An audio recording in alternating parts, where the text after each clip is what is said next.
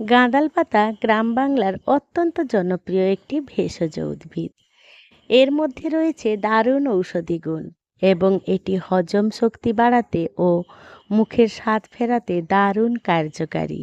আজ আমি আপনাদের তৈরি করে দেখাবো ঠাকুমা দিদিমাদের আমলে হারিয়ে যাওয়া একটি খাঁটি বাঙালি পদ, গাঁদাল পাতার দারুণ সুস্বাদু মুখরোচক একটা রেসিপি। আমি খুবই সহজ পদ্ধতিতে করে দেখাবো, একদম ঝামেলা ছাড়া ঝটপটভাবে তৈরি হয়ে যাবে স্বাস্থ্যকর উপায়ে। আর গরম গরম ভাতের সাথে এই ভেষজ ঔষধি দুর্দান্ত লাগবে খেতে। গাঁদাল পাতার রেসিপিটি যদি এইভাবে বানিয়ে খান তাহলে পেটের যে কোনো সমস্যা দূর করতে কিংবা বাতের ব্যথা কমাতে ভীষণই উপকারী হবে। অনেকেই আবার এর গন্ধের জন্য খেতে চান না, কিন্তু আজ আমি যেভাবে রান্না করে দেখাবো তাতে গন্ধ তো থাকবেই না, উল্টে স্বাদ হবে দুর্দান্ত, একদম অসাধারণ লাগবে। তাই শেষ পর্যন্ত সঙ্গে থাকুন, দেখতে থাকুন ভিডিওটি একদমই স্কিপ না করে। এটাই আমার একমাত্র অনুরোধ রইল সকল দর্শক বন্ধুদের কাছে। নমস্কার বন্ধুরা, জি কুক চ্যানেলে আপনাদের সবাইকে স্বাগত জানাই। চলুন শুরু করছি। দারুণ উপকারী ভেষজ গাঁদাল পাতা রেসিপিটি বানানোর জন্য গ্রাম বাংলার এরকম ঝোপে ঝাড়ে গাঁদাল পাতা হয়ে থাকে। তো আমি আমার গ্রামের বাড়িতে এসে বেড়ার ধারে এইরকম ফ্রেশ ফ্রেশ গাঁদাল পাতা নিয়ে নিচ্ছি। আপনাদের হাতের কাছে যদি থাকে তো আপনারা ফ্রেশ ফ্রেশ নিয়ে নিতে পারেন কিংবা বাজার থেকেও কিনে নিতে পারেন। আমি আমার প্রয়োজন মতন নিয়ে নিচ্ছি, আপনাদের প্রয়োজন মতন পরিমাণ মতন আপনারা কম বেশি করে নিতে পারেন এই গাঁদাল পাতার পরিমাণটা। প্রথমেই তো তুলে নিয়ে চলে এলাম, তারপরে গাঁদাল পাতাগুলো খুব ভালো করে বেছে নিতে হবে।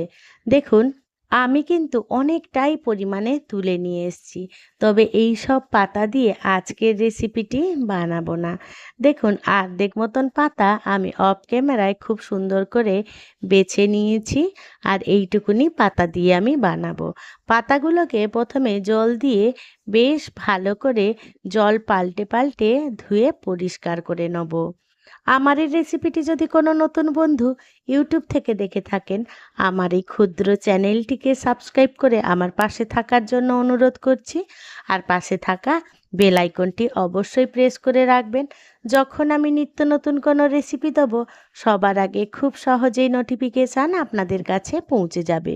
কথা বলতে বলতে পাতাগুলো বেশ সুন্দর করে ধুয়ে পরিষ্কার করে নিয়েছি, আর দেখুন ঝুড়িতে করে জল ঝরতে দিয়ে দিলাম। সম্পূর্ণ জল কিন্তু প্রথমে আমাদের ঝরিয়ে নিতে হবে। এবারে মিক্সির গ্রাইন্ডারের বড় জারটা নিয়ে নিয়েছি, তার মধ্যে ধুয়ে রাখা পাতাগুলো দিয়ে দেবো। আমি আজকে গাঁদাল পাতার বাটা রেসিপি দেখাবো, আপনারা চাইলে শিলনোড়াতেও বেটে নিতে পারেন। পাতাগুলো দেওয়া হয়ে গেলে এখানে দিয়ে দেবো প্রায় 2 চামচের মতন গোটা জিরে, আর দিয়ে দেবো 2 টেবিল স্পুনের মতন কালো সর্ষে, আর দিয়ে দেবো 2টো কাঁচা লঙ্কা। এবারে মিক্সির গ্রাইন্ডার জারটা বন্ধ করে প্রথমে শুকনো অবস্থায় ঘুরিয়ে নেব। দেখুন ঘুরছে না, তাই অল্প অল্প জল দিয়ে আমাদের এই পাতাটা ফাইন পেস্ট বানিয়ে নিতে হবে।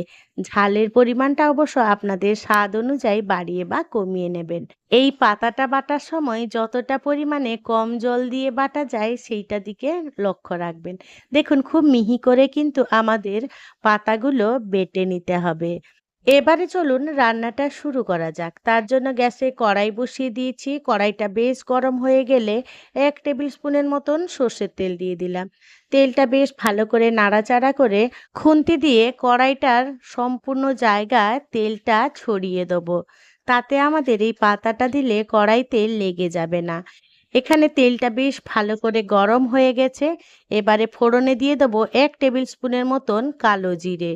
এই ফোড়ন থেকে যখন একটা সুন্দর মিষ্টি গন্ধ বেরোবে ততক্ষণ কিন্তু আমাদের ফোড়নটা ভাজা করে নিতে হবে।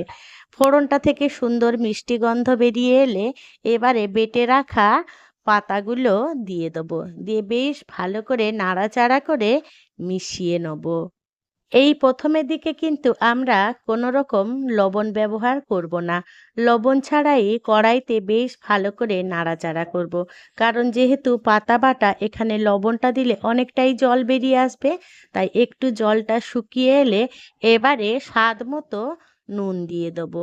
নুনটা দিয়ে বেশ ভালো করে নাড়াচাড়া করে মিশিয়ে রান্না করে নেব, যতক্ষণ না পাতা বাটাটা খুব সুন্দর করে একটু শুকনো শুকনো অবস্থায় না হয়ে আসছে, ততক্ষণ কিন্তু আমাদের সমানেই নাড়াচাড়া করে ভাজা করে নিতে হবে।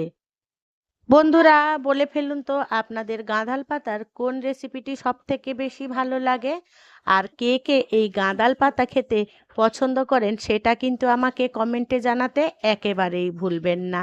দেখুন, কথা বলতে বলতে প্রায় শুকনো হয়ে এসেছে।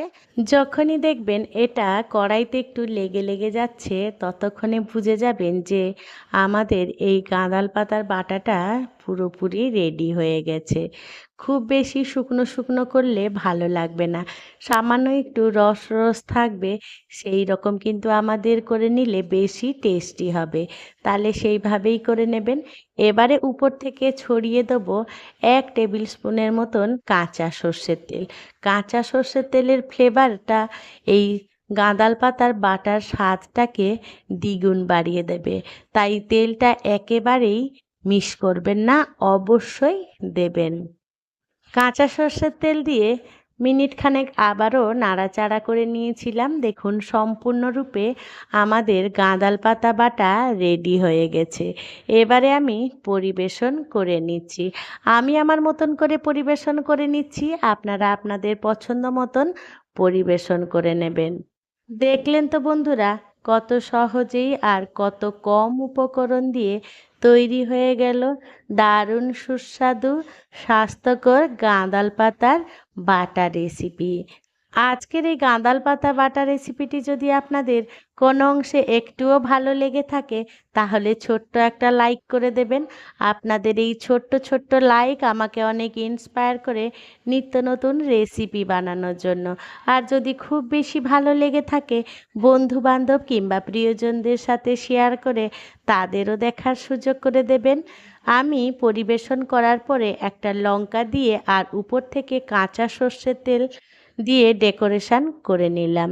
এইভাবেই আমি পরিবেশন করেছিলাম। আপনাদের পছন্দ মতন আপনারা সেইভাবে করে নেবেন।